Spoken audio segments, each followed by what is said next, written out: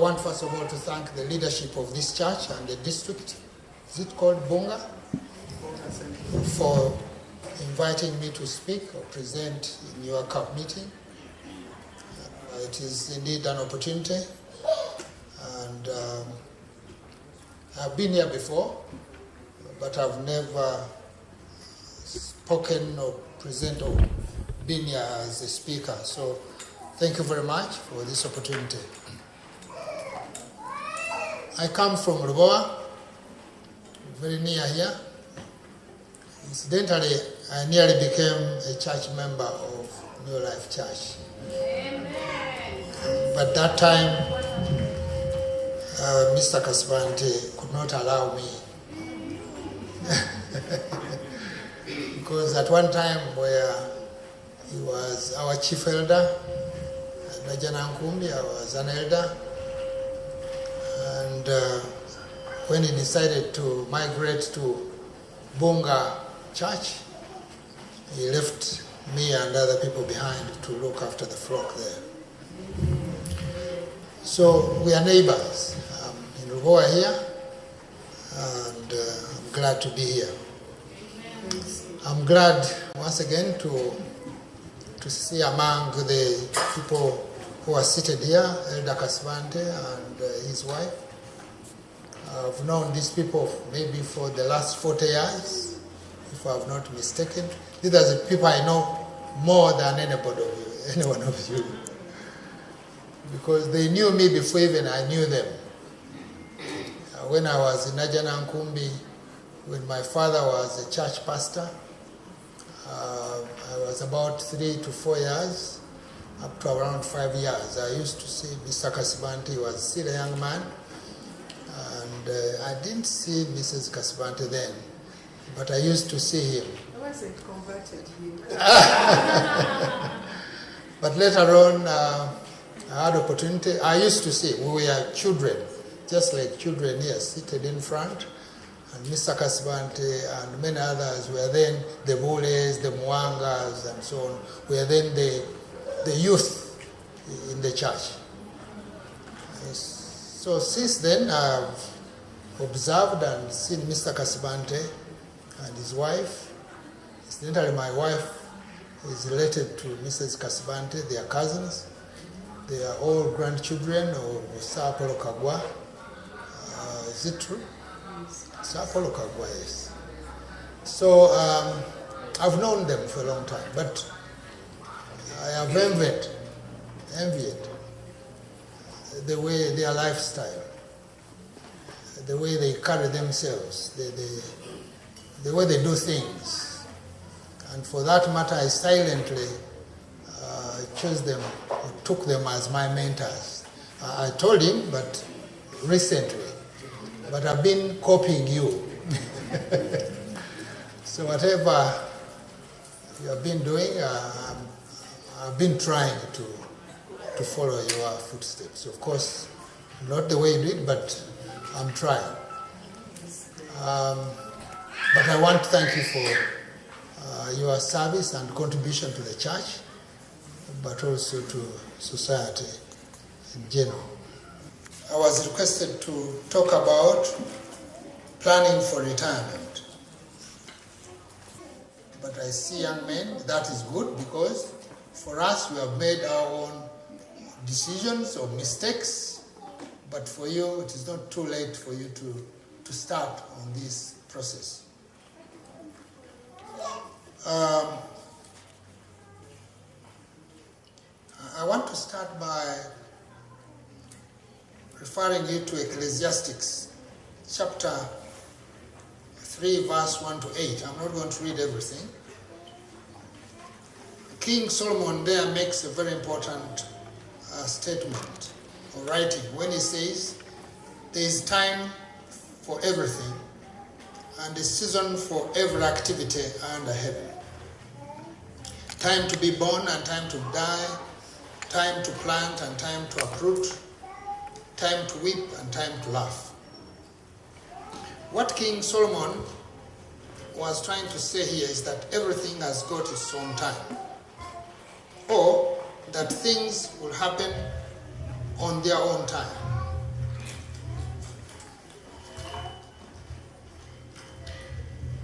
it can also mean that our lives are always changing depending on given environment or circumstances, and the circumstances we go through in life are not by accident. I'm using my notes because I can't read.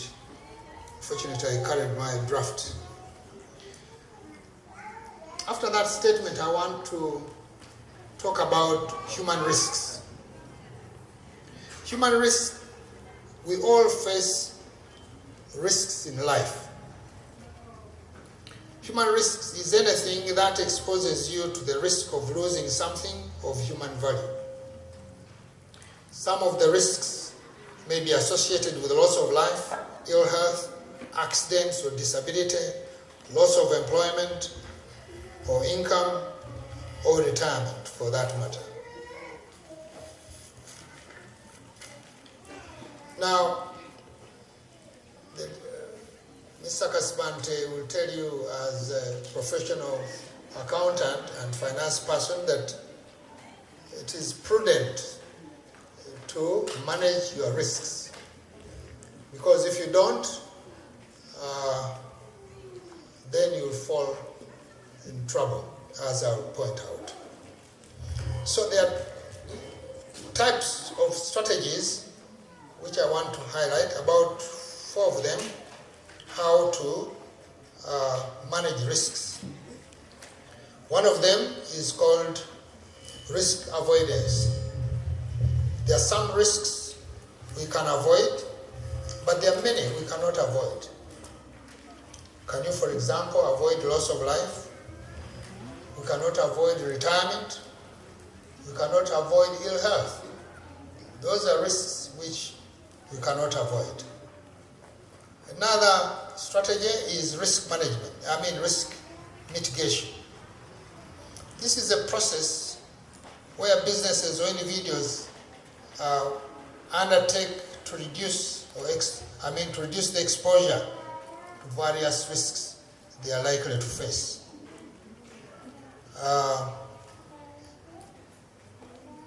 Then another strategy is called risk acceptance. I'm taking you through these things because they are going to be useful in what I'm going to speak later on. It is not academics, but risks. Now I'm pointing out types of risks and strategies how you can manage them. There is risk acceptance. That is when you accept a recognized risk and take no mitigation measures. That is risky. Then there is risk transfer. It is a strategy where you transfer, you involve another third party like an insurance company to be responsible to manage that risk instead of yourself. What are the consequences of failure to manage risks? If one is not proactive in management of his or her personal risks, he or she may face the following consequences. You may face, for example, loss of life, disruption of your lifestyle. You may suffer stress or tension in life. You may become a burden to your family. So young people, if you don't prepare well, manage your risks, you may become a burden to other people.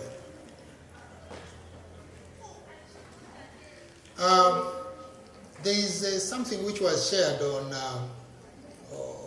social media, actually on Frabi's forum. If I'm not mistaken, Elder Kasibante shared it. You remember? So as human beings, we go through a number of changes in life which come with different ramifications. That chart which was shared says at 60, the workplace eliminates you. No matter how successful or powerful you were during your career. That is point 1. Some of you are not there. For us, we are there. You may say, for Tuonye, no, you are coming. Even me, I was not at this age, but I'm there now. At 60, no, that I've finished. So at 70, society gradually eliminates you. I like this chart, this message. At 70, society starts eliminating you. In other words, you start losing friends and colleagues. Those who used to call you daily, they call you maybe once in a month, or maybe not.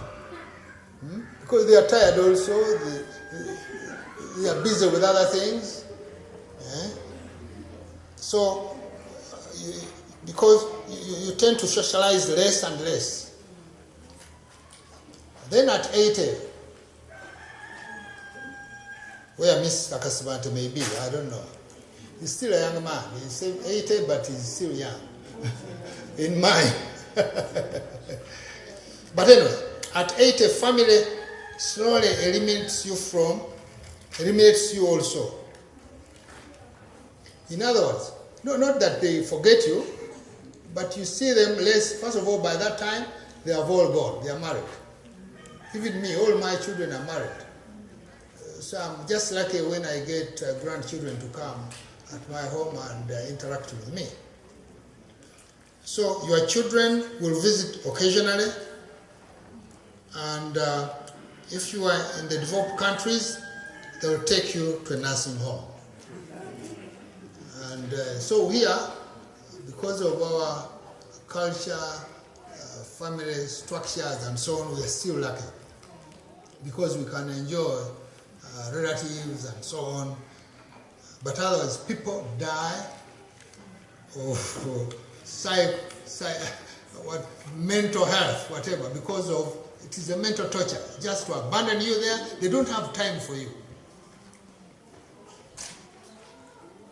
Now, having looked at these risks which come in our lives, I want to bring in the concept of a safety net. Given the identified human risks and their adverse consequences, it is critical for us to build a safety net or safety nets for us to mitigate those risks. A safety net is something you can rely on to help you if you get into a difficult situation. You have retired, you are not in active employment, you don't have enough income, a safety net in terms of maybe pension, gratuity, rent, and many other things, as we'll see, can come in handy. In the past, I think up to the 70s, the thinking that time was that, but those days people used to give birth to many children. In my family, we are 13. And I think Mr. Kasibante also 10 and above. 13? So those days families were big. When you go to Busoga, who comes from Busoga? They marry a lot and they have got about 20, 30 children. So they considered children as safety nets because they would take care of the old people, they would go dig cotton and so on, and they would provide. But today, it is not so, because first of all, we produce few children. 2 children go through school, they are unemployed, many of them. In the end, at times it is me, I do intervention and pay school fees for my grandchildren because they cannot. Income is not enough. So there is a problem. Unfortunately, in many African countries, many of these are not functional. Many of these safety nets like children, pension schemes, social security schemes, because very few. When you look at the number of people who are beneficiaries of NSSF, members, they are very few. Out of 45 million, maybe you may get about 2 million. That is a very small number. So this phenomenon calls for prudence when planning for our lives during old age. The earlier statement by King Solomon that there is time and season for everything introduces the concept of planning in our lives. I like these quotations of proverbs. One is that there is an African proverb which says, "For tomorrow belongs to people who prepare for today." You understand? Tomorrow belongs to people who prepare for today. Then there is another one, Alan Larkin. He said that planning is bringing the future into the present so that you can do something about it now. The last one is common. These are quotations about planning. That by failing to plan, you plan to do what? To fail. So planning in life is one of the most powerful and effective ways to attain our goals, life goals, because it directs our decisions. When you plan, your decisions are directed towards a certain goal, certain objectives, and so on. I'm trying to answer the question of why. Why is it necessary to plan for retirement? So this background is supposed to explain that. When you look in Proverbs 6, verse 6 to 8, King Solomon advises us to learn from ants. These are small animals which don't plant, they don't have rulers, but they do what? They store food during summer so that they prepare themselves for winter. It's something of... Okay.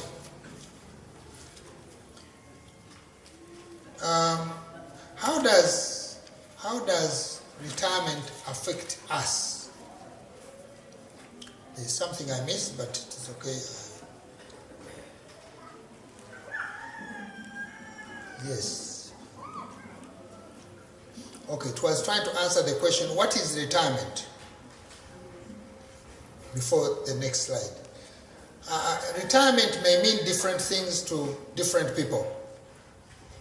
It may mean withdrawal from one's active working life. It may mean withdrawal from either civil service or government body or NGO into self-employment. It may mean taking a break from a known job and starting a new occupation.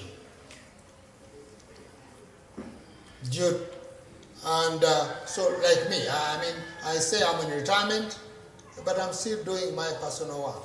I do consultancy here and there, not full time. I do farming and manage my estate. So I'm retired from public service, but I'm still working. So it means different things to different people.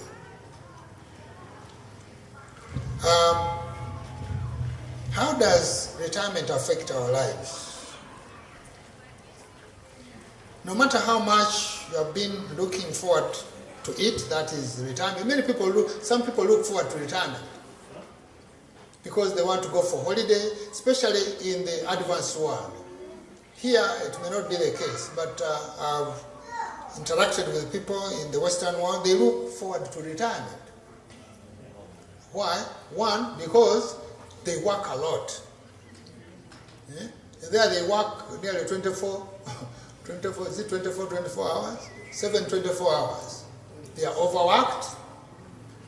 Two, they demand a lot. There they have got targets. Unlike here. Here you can leave your jacket, disappear, go for burials, do this and that. My son is sick and you go off a day or two. But there, it is no nonsense. They are scheduled holidays, scheduled leave, and that's what you must take. So it is very tiring. It is a tiresome thing to be employed in the advanced world. Two, they look forward because they are formalized safety nets. The pension schemes work,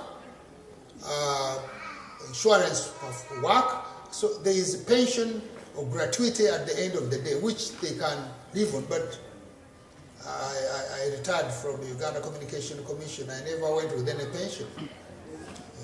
And many other places, because it was not there then. And people who came after me when I'd left, now are going to enjoy a good pension because it was planned. Anyway, so there is poor planning in Africa.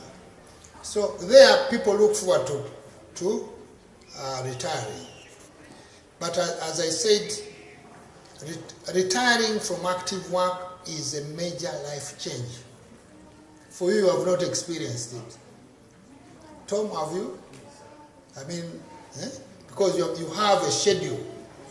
Wake up, take the children, work up to 5 or 6, go back like that.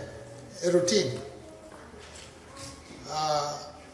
But after you have retired, if you have not prepared well, then you sit there, you start thinking. I was reading somewhere, nobody brings you tea, because those days I used to be in my office, they bring tea, they salute, they open the door, they do all sorts of things to pamper you. Yes, sir, la, la, la, la. But nobody now except you and your wife, because the children are gone. So now you start having some psychological, social cycle problems. You are alone. One time I was in Virginia. I'd gone to see Paul Senyonga. These people know him. And I found a number of Ugandans. Oh, so and so. So I say, hey, what do you do? Oh, we were lecturers. We are retired. And they told me, so what do you do? Well, we sit on TV from morning to evening. Whoever is tired makes a cup of tea and goes to sleep. Routine like that. What happens to that kind of person? Somebody who used to lecture, very active and so on, but now he's alone. He starts thinking. And by the way, if you don't exercise your brains, somehow you degenerate. So those are the challenges. The challenges.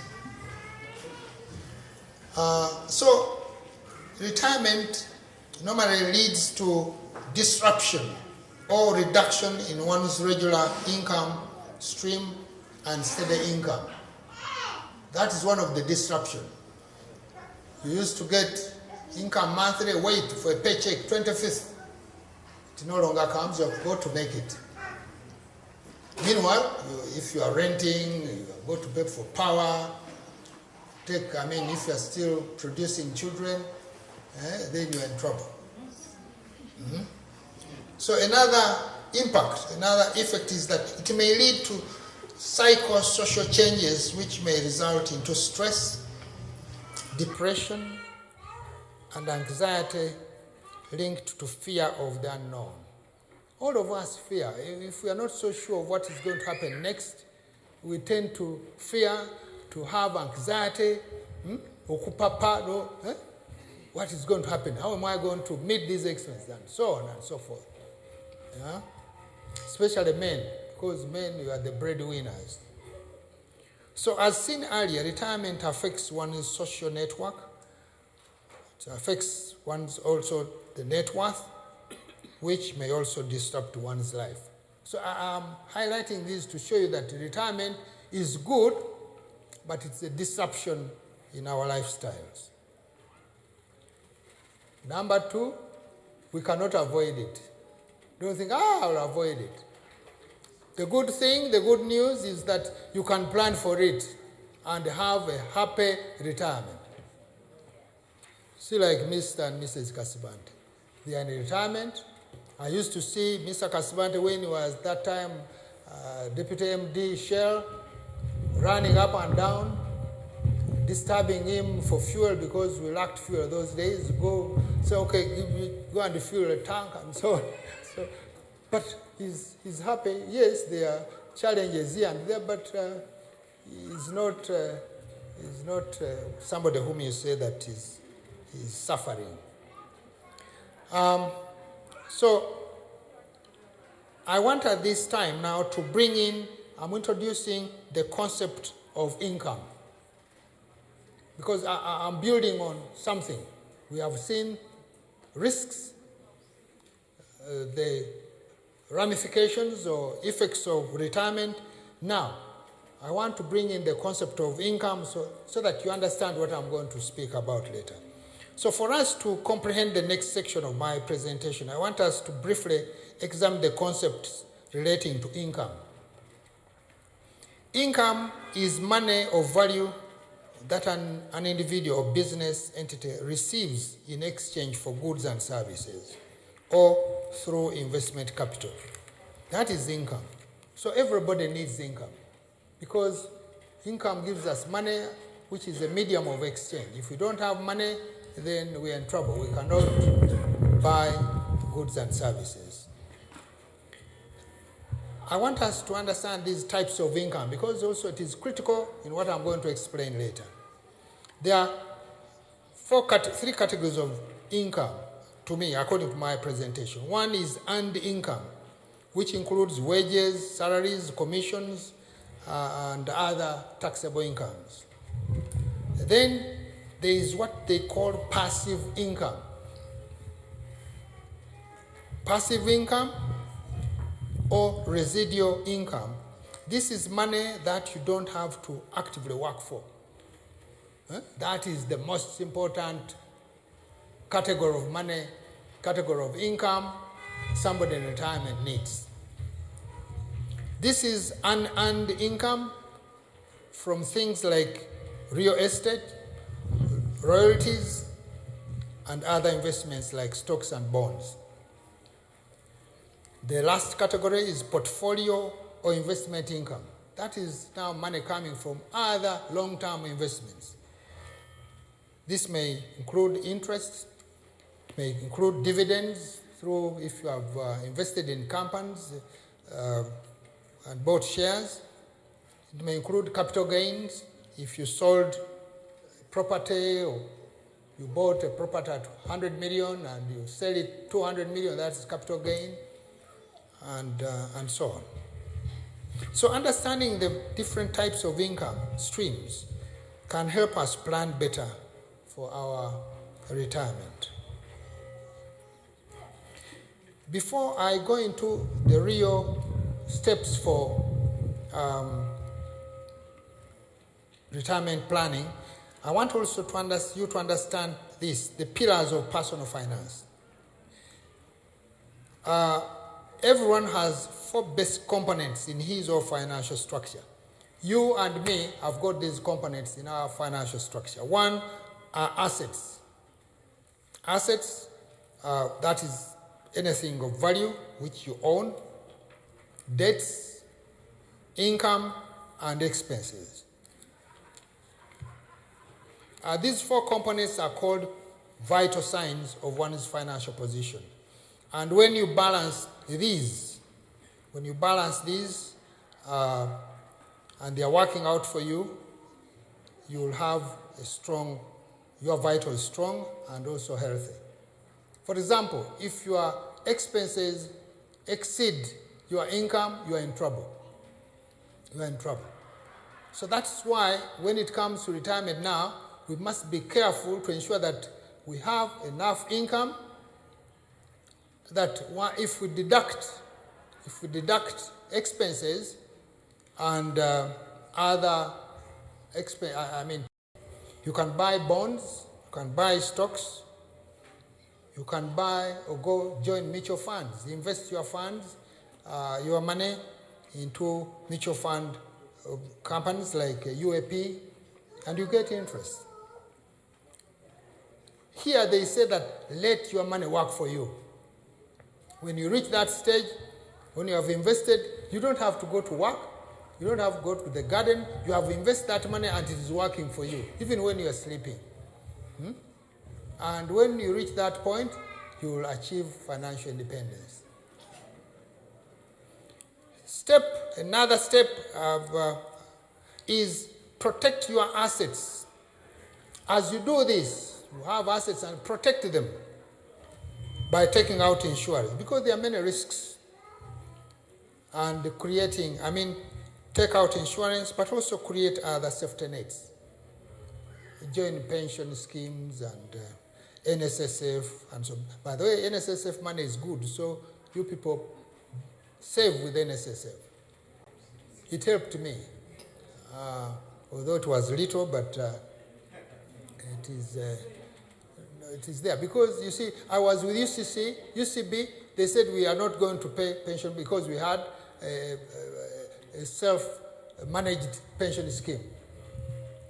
I missed pension because I pulled out of UCB before I reached that time for earning pension. So I missed out, but somehow I benefited somewhere. Anyway, so I said grow your money by saving and investment. Then protect your assets by insurance and creating other safety nets. Another lesson is, especially Tom, I'm finishing. This is the last slide. Is diversify your investments. Don't just put everything in land, or housing and so on. Diversify. Put here, put there, put there. That way you'll manage the risks associated. There was a time when I needed money, and I had several plots, but there's a property I've been putting on sale for the last 3-4 years. It is not going. And it is very primary. So, scatter, diversify your investment. The last stage is regularly review and adjust your plan, your retirement plan, to take into account the changing environment. Tom, I'm finishing. I'm on the last slide. In other words, keep reviewing. Don't just answer Namala, Nakayumba Kange, I've got my plot, I've got this. No, keep reviewing, because there are many things which come into play. Last but not least, Tom, is benchmark and seek professional advice. Don't just do things, because certain things you don't know. There are many financial advisors there, retirement advisors there, even me, because I've gone through it. I'm on retirement, but I'm stable. I'm still stable. So you can say, Mr. Kasima, how did you do it? Oh, so and so. Look at people. That's benchmarking. So seek professional advice. Last but not least, seek and consult God. Because we plan, but things can go berserk. It is only God who can bless our plans, who can guide us, and so on. So, ladies and gentlemen, especially you young people, consult God and trust. In Psalms, I want to end in Psalms 127, verse 1 to 2. David says, unless the Lord builds a house, the builders labor in vain. Unless the Lord watches over the city, the guards stand watch in vain.